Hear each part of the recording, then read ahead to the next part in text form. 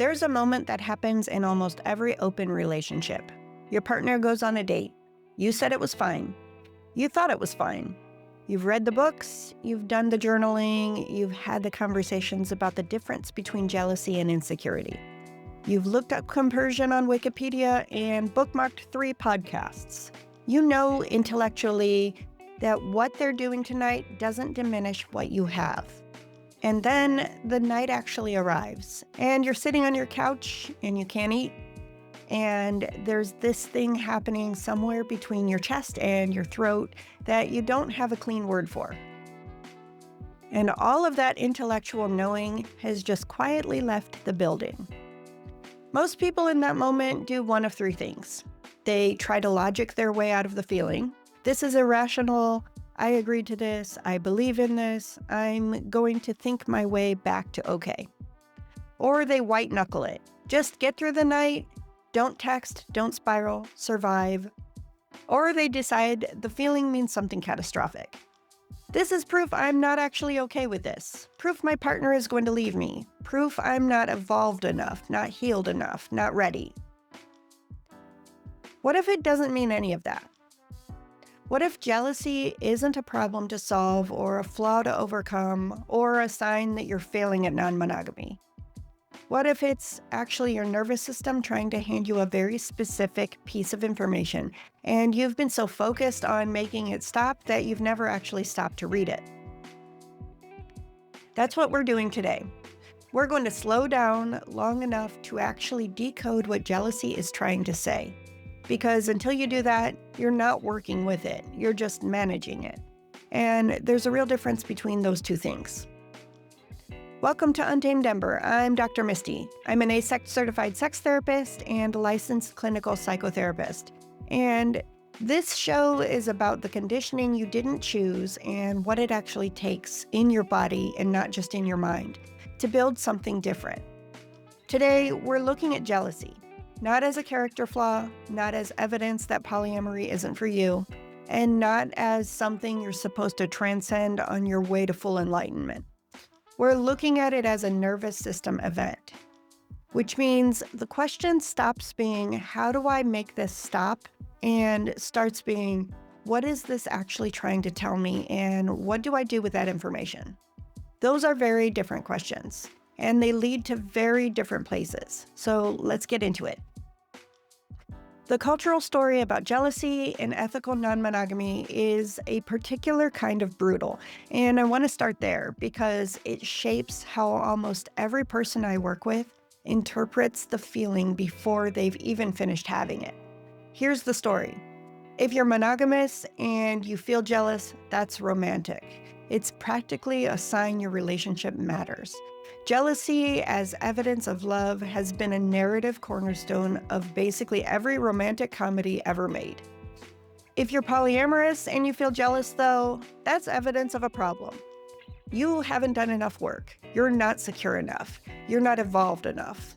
There's an entire strain of E&M culture that treats jealousy like a spiritual failure, something you graduate out of once you've done enough sufficient healing.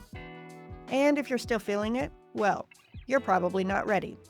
I want to sit with that for a second, because it's worth naming how much damage that framing actually does. When you add shame on top of an already activated nervous system, you don't help it settle. You give it more to manage.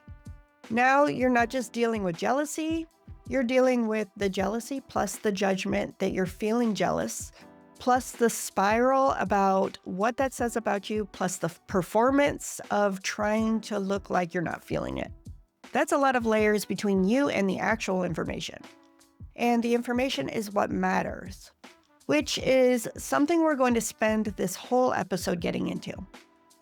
The other piece of the cultural story I want to name is this conflation between jealousy and possessiveness. A lot of discourse around jealousy, especially in ethical non-monogamy communities, treats the two as basically the same thing. Like jealousy is just possessiveness dressed up with a feeling. And possessiveness is rightfully something people want to move away from. The idea that another person is yours, that you have a claim on their time and attention and body that supersedes their own autonomy. That's not a healthy relational frame. But jealousy isn't possessiveness. Jealousy is an emotional and somatic experience. It happens in you. Possessiveness is a behavior, a claim you make on someone else. You can feel jealousy without acting possessively. You can work with jealousy in a way that actually deepens your self-knowledge and strengthens the relationship. Conflating the two doesn't help you do any of that. It just makes you want to get rid of the feeling as fast as possible, which again is not the same thing as working with it. So before we go anywhere else today, I want to offer a reframe. Jealousy is not a flaw. It's not a spiritual failure. It's not proof you're bad at non-monogamy. It's a nervous system activation. And the nervous system doesn't care what relationship structure you've chosen. It cares about threat. It cares about connection and safety and belonging and being known. And when any of those things feels like it might be at risk, it responds. That's its job. The question we're going to spend today answering is, what specific threat did it just detect? Because that question changes everything. So let's get into the science of what's actually happening when it fires. Let me give you a more precise picture of what's actually happening in your body when jealousy shows up. From a polyvagal and attachment science lens, jealousy is an activation of the threat detection system, specifically in the context of a relational bond. Something in the environment has been registered as, this thing I need might be in danger, and the system responds accordingly, pooling resources toward protection, toward scanning, toward trying to establish safety. What gets flagged as in danger varies by person. That's the key piece most conversations about jealousy miss entirely. Because jealousy isn't one monolithic thing. It's a category of experiences that can contain several different underlying threat activations. And those activations don't all feel the same in the body. And they don't all need the same response. Treating them as if they're identical is like treating a headache, a stomach ache, and a pulled muscle as the same problem because they're all discomfort. The three I see most consistently in my clinical work are these. The first is abandonment fear. This is the attachment system doing its most fundamental job. Your nervous system is scanning the situation and asking, am I still chosen? Is this bond still intact? Is the person I've attached to still reliably there? If your early relational history involved unpredictability, loss, or having to work hard to maintain connection, your nervous system learned to read certain inputs as potential abandonment signals. And a partner going on a date with someone new, even a partner you trust completely, even in a relationship structure you've actively chosen, can be enough input to trip that circuit. Not because the threat is real, but because the pattern recognition system in your nervous system learned something a long time ago, and it's still running that program. The second activation is what I think of as the significance threat. This one lives less in the pure attachment system and more in the worth and identity system. It's not exactly, I'm going to lose this person. It's more like, I don't know if I still matter as much as I thought I did. I don't know if I'm still special enough. This is where the comparative spiral lives. The loop where you're constructing a mental image of the other person, imagining what they look like, what they're doing, what they might be offering that you don't. That spiral isn't actually in search of information. It's in search of a verdict. Your nervous system is trying to establish, am I still significant here? Am I still the one that matters? The third activation, and the one that people are least likely to identify because it's the most disorienting, is an identity threat. This is the fear that who you are in this relationship is changing, that the role you've held and the sense of self you've organized around that role might not mean the same thing anymore. Some people carry a really substantial piece of their identity inside their relational structure. The primary partner, the person who knows them best, the one they come home to. And when the relationship opens up, even when nothing about the emotional connection has changed, the structure around it has. And that can feel like the ground shifting under a part of yourself you didn't even realize was standing on that particular ground. I want to introduce you to a composite that I made up based on some work that I've done with clients. I'll call them Sasha. Sasha has been in a committed 2-year relationship when they and their partner made the decision to open things up. They hadn't rushed into it. They'd taken months to get to that decision. Reading, talking, processing, checking in, doing relational therapy. They felt ready. And when their partner went on their first date with someone new, Sasha spent the entire evening on the couch, unable to eat, with this thing sitting in their chest that they couldn't name. When Sasha came into therapy, their first question was, "Does this mean I'm not actually okay with this?" And my answer was, "That's not what this tells us. What it tells us is that your nervous system activated, and that's not a diagnosis, it's a starting point. Because until we know which circuit tripped and what it was responding to, we can't actually help it. We can just try to manage it, which is not the same thing." So that's exactly what we did. And before I tell you what we found, I want to talk about how the process of actually getting there works, because the how matters as much as the what. Here's the thing that most approaches to jealousy skip over, and it's the piece that makes everything else possible. You cannot decode jealousy from inside the activation. This isn't a metaphor. When your threat system is running at high intensity, your prefrontal cortex, which is responsible for nuanced self-reflection, accurate self-assessment, perspective taking, and the ability to recognize that this moment is not the same as every other moment that ever hurt you, has genuinely diminished function. The brain prioritizes survival circuits over reflective capacity when the alarm is going off, which means that in the moments when you're most convinced you need to figure out what this feeling means, you're actually working with the least cognitive resources available to you. I see people fight this reality constantly. The jealousy comes up and immediately the analytical mind kicks in. What does this mean? Why am I feeling this? Is this about attachment, or is it about something my partner actually did? Should I say something? Is this my issue or a legitimate concern? And they're genuinely trying to help themselves. The problem is that high activation analysis doesn't produce accurate self-knowledge. It produces nervous system distorted thinking dressed up as insight.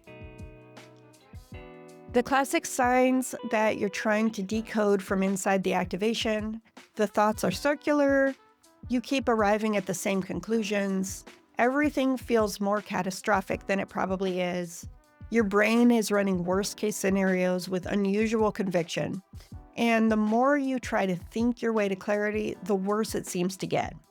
Which means the first move is never decoding. The first move is always regulation. And I want to be precise about what I mean by that, because regulation gets misunderstood a lot. Regulation is not suppression. It's not performing calm. It's not white-knuckling the feeling while you tell yourself it's fine.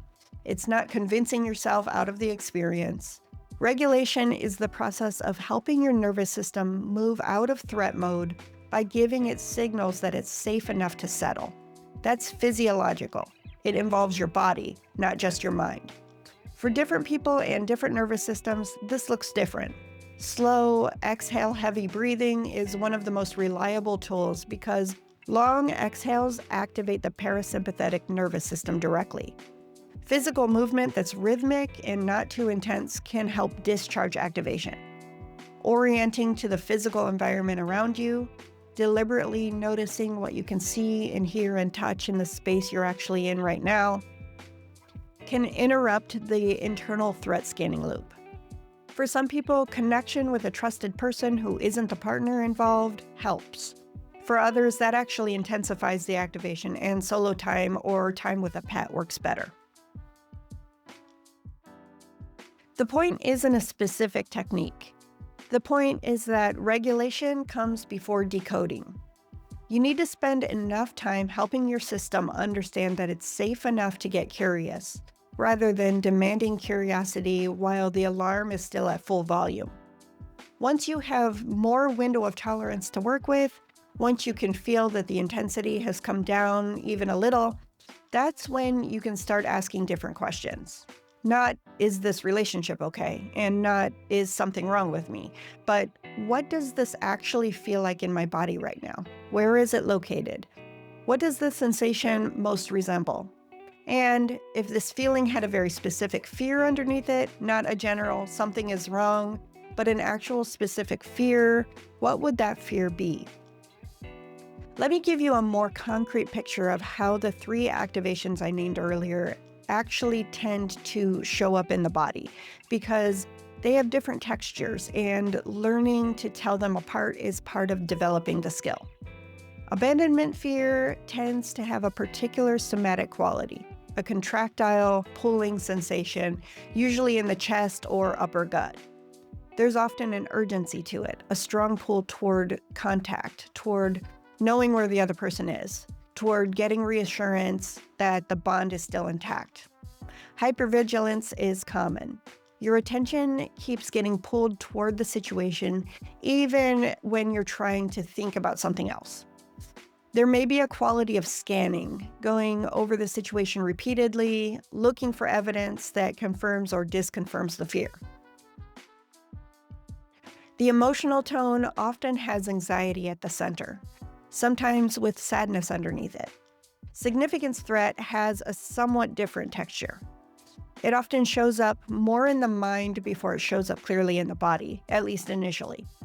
The clearest signal is the comparative spiral, the loop where you're constructing mental images, asking questions you can't answer, comparing yourself to an imagined version of the other person. There may be a hollow feeling, something between envy and deflation. The emotional tone is often closer to inadequacy or shame than to fear. Not, I'm going to lose them, but I might not be enough. The body might feel heavy in the chest, or there might be a kind of restlessness, a need to do something, to be seen, to establish worth. Identity threat is the most disorienting and the hardest to recognize because it often presents first as a kind of flatness or fog rather than an acute emotional signal. A heaviness, a sense of not quite knowing where to put yourself, a subtle but pervasive feeling of being untethered. It's less reactive than the other two and more like the ground is quietly shifted. The internal question underneath isn't, am I going to lose them or am I enough? It's something closer to, who am I now that the shape of this has changed? These aren't perfectly clean categories. Real activations are messy. You might have abandonment fear and significance threat running simultaneously. You might start in one and shift into another as you settle. The point isn't to diagnose yourself precisely. The point is to get specific enough about what's actually happening that you can respond to what's actually there rather than reacting to a generalized experience of jealousy, bad, make it stop. Because the response to abandonment fear is different from the response to a significance threat, which is different from the response to an identity threat. Abandonment fear often needs soothing, reassurance of connection, maybe an honest conversation about attachment needs. Significance threat often needs you to reconnect with your own sense of worth from the inside, not via reassurance from the outside. Identity threat often needs space to ask some genuinely big questions about who you are and what you want your life to look like. If you apply the wrong response to the wrong activation, you don't just not help it, you can actually reinforce the pattern. Seeking reassurance when you're in a significance threat loop, for example, can temporarily reduce the activation, but often makes the loop stronger over time.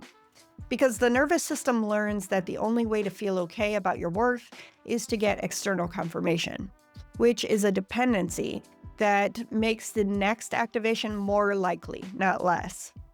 This is exactly why identifying the specific activation matters so much. It's not a taxonomy exercise. It's the difference between giving yourself what you actually need and making things incrementally harder without understanding why. Let's go back to Sasha and see what that looks like when it actually works. When Sasha came in the week after their partner's first date, I didn't start by asking what had happened or what their partner had done. We slowed down first. We spent time just tracking what had actually occurred in Sasha's body that night. Where was the feeling? What did it feel like? What was the quality of it? And what Sasha described wasn't the urgency and pull of abandonment fear. They were convinced the relationship was ending. They trusted their partner. They also didn't describe the comparative spiral of significance threat. They weren't constructing mental images of the other person or asking whether they measured up. What they described was something more like fog, a heaviness, a not knowing where to be or what to do with themselves, a sense of being somehow beside themselves. As we stayed with it, a question surfaced. Not, is my partner going to leave me, but something closer to, I don't know who I am when I'm not the most important person in the room. That's an identity threat. It had nothing to do with the strength of the relationship or with Sasha's worth as a person. It had to do with the fact that Sasha had organized a meaningful part of their sense of self around being a particular kind of partner in a particular kind of relationship structure. And the structure changing, even in a direction that they had chosen and believed in, had quietly untethered a piece of that identity without them realizing it. I want to say something about compersion here because it's relevant to where Sasha's process went. And because I think the way compersion gets talked about in E&M culture does people a real disservice. Compersion is the experience of feeling genuine joy at your partner's joy, feeling happy that they're happy, feeling warm toward their other connections rather than threatened by them. It's a real experience. People genuinely have it, and it can be beautiful. But here's what I see clinically. People try to perform compersion over the top of unprocessed jealousy. Their partner comes home glowing and the jealousy activates, and then immediately the pressure comes. I should be happy for them. I believe in this. I want this. Why am I not feeling compersion right now? And so they produce compersion, or at least the performance of it. They say the right things, they do their best to feel the right things, but they haven't decoded what came first. And that signal is still in there, waiting. Compersion and jealousy are not opposites. They can coexist. What I'd actually say is that genuine compersion tends to become more accessible, not less, once you've decoded what the jealousy was saying and actually worked with it. Because then you're not suppressing something to get to the compersion. You're coming from a more honest place, where both things can be true at the same time. So when someone asks me how to get to compersion, my answer is go through the jealousy, not around it. Let it say what it came to say. Work with what you find, and then see what else is also true. For Sasha, what that work eventually opened up was a real inquiry into identity. Who am I outside of my role as a partner? What do I love about myself that has nothing to do with this relationship? That's the question that jealousy was actually pointing toward. And it turned out to be one of the most generative questions Sasha had ever sat with. So what does this all look like in practice? Because decode the signal and work with what you find is a useful framework, but I want to give you something more specific for that Tuesday night on the couch. The most important clinical distinction I can offer you here is the difference between jealousy-driven processing and jealousy-informed processing. These look similar from the outside, but they come from very different places and they lead to very different outcomes. Jealousy-driven processing happens when you go to your partner while the activation is still high. You need reassurance right now. You need to know where they are and what they're doing and what it means. You need them to say the thing that will make the feeling stop. Or you need to have the conversation that will resolve the uncertainty. Or you need some kind of contact that confirms the bond is still intact. The urgency is real. From a nervous system perspective, it makes complete sense. A threatened attachment system wants proximity, wants contact, wants confirmation. That's what it's designed to want. The problem isn't wanting those things. The problem is when you go to your partner as the primary tool for regulating your own nervous system. Because what happens in that dynamic is that your partner becomes responsible for managing your activation. And that puts both of you in a difficult position. Them because they can't actually do it reliably. No amount of reassurance permanently settles an unprocessed threat response. You, because the nervous system learns that the only way to feel safe is to get reassurance from outside itself, which makes the next activation more likely and the tolerance for it even lower. There's also often a secondary cost to jealousy-driven processing that people don't immediately see. When you come to your partner in high activation, they often feel like they've done something wrong, even if they haven't. Or they feel burdened or managed, or like the relationship comes with conditions they're constantly having to tend. That erodes trust over time, not because anyone is doing anything wrong, but because the dynamic keeps positioning the partner as the source of both the activation and the resolution. Jealousy-informed processing looks different. It starts with you doing enough regulation, either alone or with some other support, to bring the activation down to a level where you can actually think clearly. Then you can get curious about what happened. You try to identify what circuit got tripped. You see if you can name the specific fear underneath the general experience of jealousy. And then, from that more grounded place, you go to your partner not to make the feeling stop, but to share what you found. Something like, I want to tell you what was happening for me last night. I did some work to figure out what it was actually about, and what I found was that I got scared that I wasn't going to matter as much anymore. Not that I'm going to lose you, but that I'd lose some sense of being central. I'm not asking you to fix that because I don't think it's yours to fix, but I wanted you to know what was actually going on for me because I'd rather you know the real thing than the managed version. That's a fundamentally different conversation. It's coming from self-knowledge rather than dysregulation. It invites the partner into the experience without putting them in charge of resolving it. It creates the possibility of actual understanding between two people, rather than one person trying to soothe the other enough to get through the night. And it models something for the relationship as a whole. That feelings can be metabolized rather than dumped. That vulnerability can come from a grounded place rather than a desperate one, and that the goal is understanding, not relief. I want to zoom out for a moment and name what the skill we've been talking about today actually builds toward, because it's bigger than just having better conversations about jealousy. What you're building when you learn to decode and work with jealousy as a nervous system signal is the capacity for self-regulation and self-knowledge inside a relationship context, which is one of the foundational skills for doing multiple relationships in a way that's actually sustainable.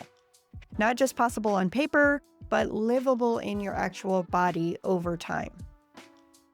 For Sasha, what changed over the course of a few months wasn't that the jealousy stopped. Activations still came up. New situations still tripped circuits. But the jealousy stopped running the show. When an activation came, Sasha had a framework for it.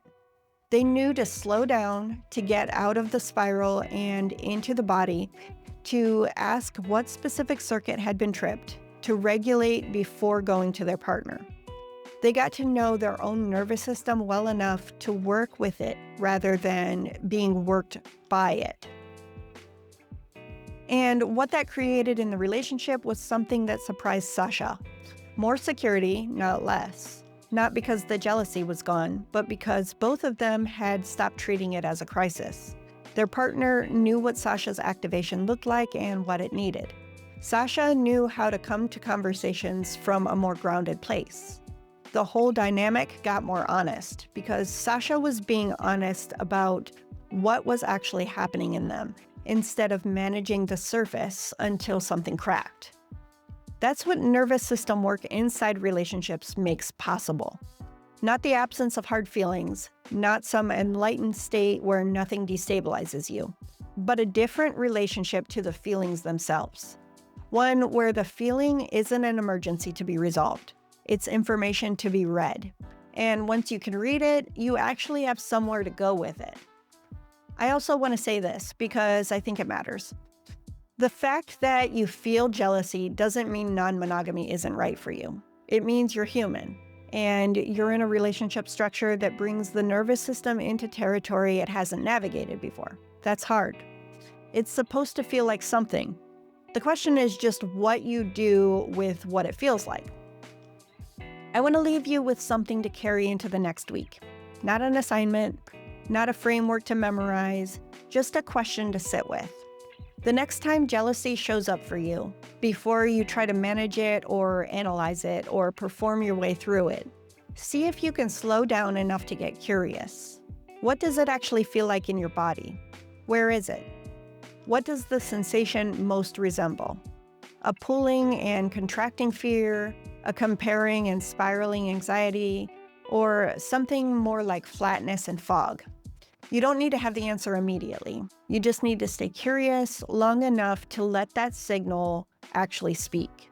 And if you've been trying to get to compersion but keep hitting a wall, try going to the jealousy first. Not to fix it, just to listen. Sometimes the path to the thing you want runs right through the thing you've been trying to skip. Next episode, we're going deeper into the nervous system side of multiple relationships. We're getting into attachment styles and polyamory, specifically why your attachment history doesn't distribute neatly and evenly across multiple relationships, and what it actually looks like to build something more secure when you're doing this across more than one person. It's going to be a good one. We'll see you then. Before we close, I want to give you somewhere to land with all this. Take a moment wherever you are and let yourself arrive a little more fully into where you actually are right now. Feet on the floor if you're sitting, breath moving if you're paying attention to it. No pressure to be anywhere other than here. I want you to think about a time when jealousy came up for you. Not the most dramatic time, not the worst spiral, just a time you remember clearly.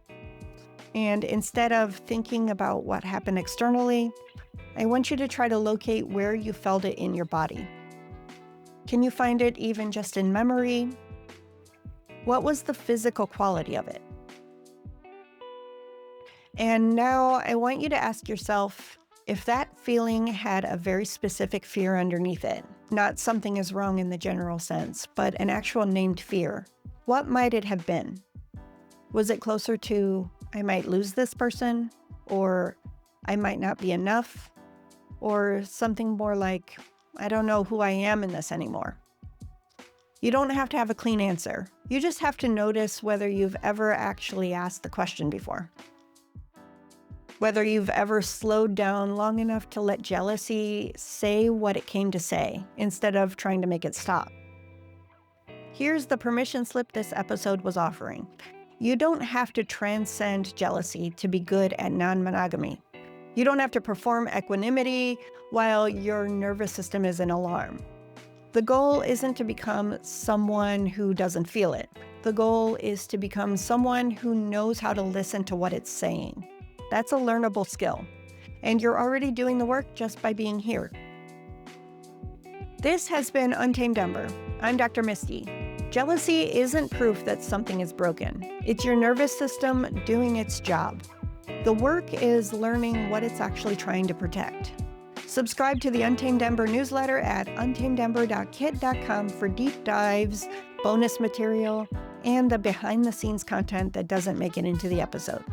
Next episode, we're into attachment styles and polyamory, why your nervous system doesn't divide your attachment history neatly across multiple relationships, and what it actually looks like to build more secure functioning from the inside out. We'll see you next time.